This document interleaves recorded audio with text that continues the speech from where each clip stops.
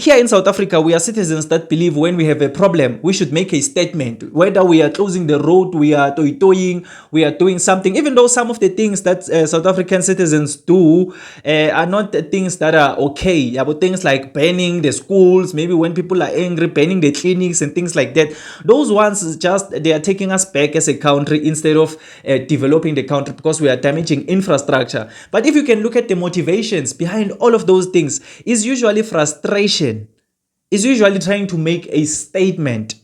And our country is better than most countries here in Africa because of the statements that we make as the South African citizens when we are angry. Yes, some of those statements are out of line. Some of those statements are illegal. We are not denying that. But the fact is, these statements lead those people to pay attention to whatever the citizens are not happy about. It's crazy how these black South Africans are always talking about poverty. Like they are the first to talk about poverty.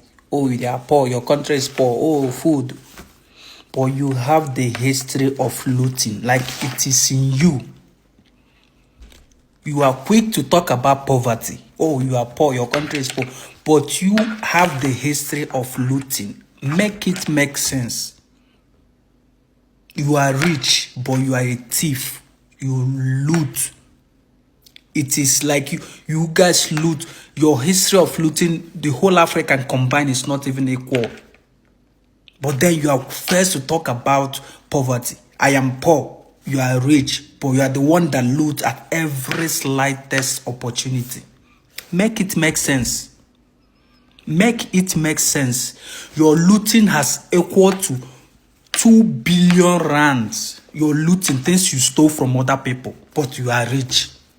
Every slightest provocation, boom, looting. Your mom, your dad, your grandfather, everybody. But then I am the one that is poor. How? Just how? The greatest fear of every business in South Africa is looting. They are more scared of looting than any other thing. Ask any business owner, what are you scared of now? What is your most scared? They will tell you it's looting. Any slightest provocation, boom, you start packing. Those things that you say is expired, you go and pack them, take.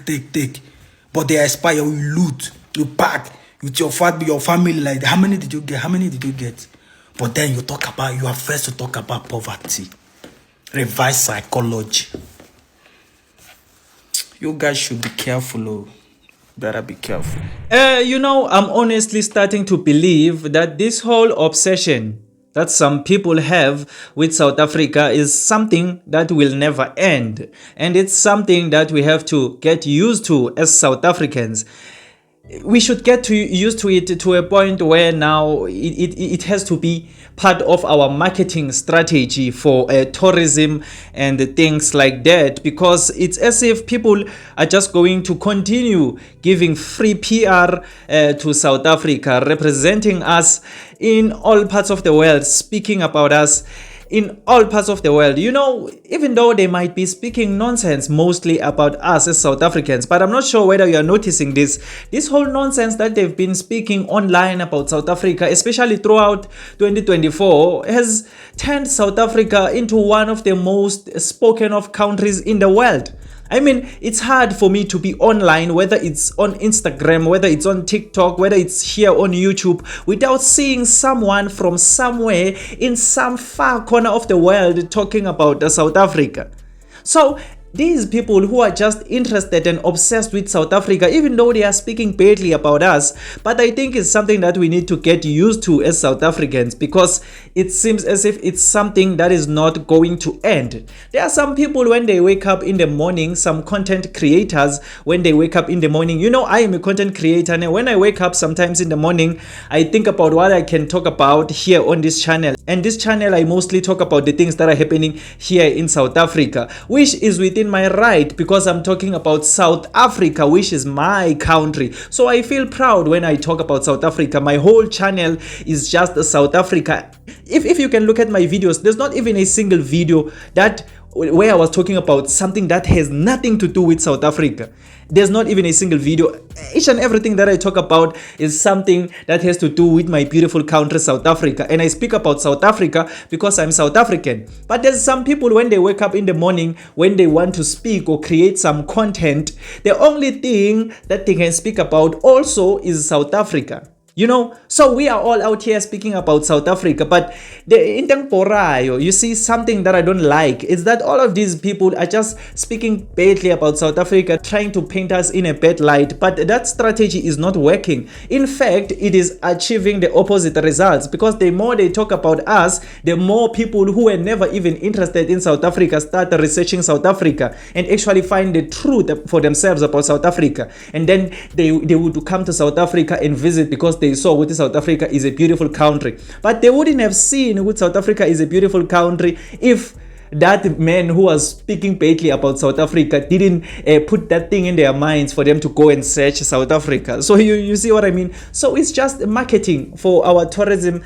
sector here in South Africa. So they should continue speaking badly about South Africa, and we are starting to get used to it as South Africa. It doesn't bother us anymore. But then to answer this man's question on the issue of looting, saying why do we loot when we say we are not hungry in South Africa and the hungry people are Nigerians?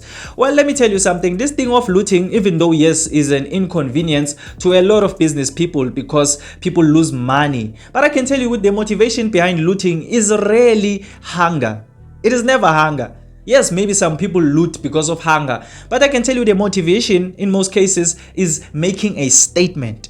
South Africans, usually there's something that they are pissed off about, that they cannot tolerate, so they resort to looting so that attention can be paid to whatever we are complaining about. You get what I'm saying? So it's a way of making a statement, and it works.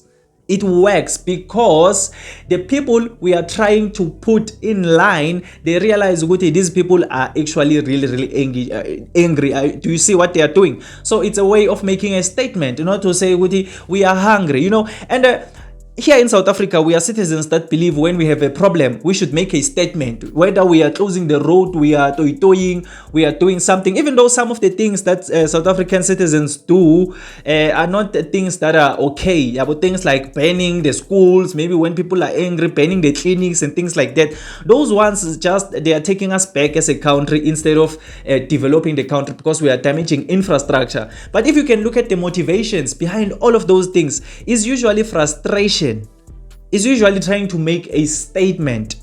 And our country is better than most countries here in Africa because of the statements that we make as the South African citizens when we are angry. Yes, some of those statements are out of line. Some of those statements are illegal. We are not denying that. But the fact is, these statements lead those people to pay attention to whatever the citizens are not happy about.